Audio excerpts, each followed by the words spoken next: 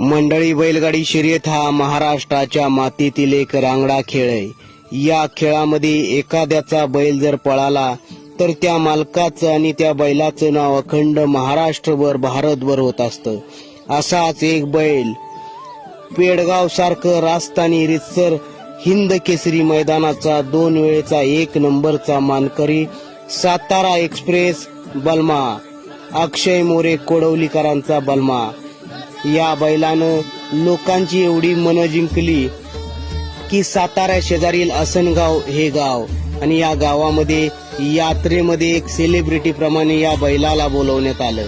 बैलाचा मान सन्मान करून देवापेक्षाही जास्त या बैलाला महत्व देऊन गावामध्ये या बैलाची मिरवणूक काढण्यात आली। असा साताऱ्याचं सातारा एक्सप्रेस हरिण या बैलाची मिरवणूक आणि थोडंसं दृश्य आपल्या समोर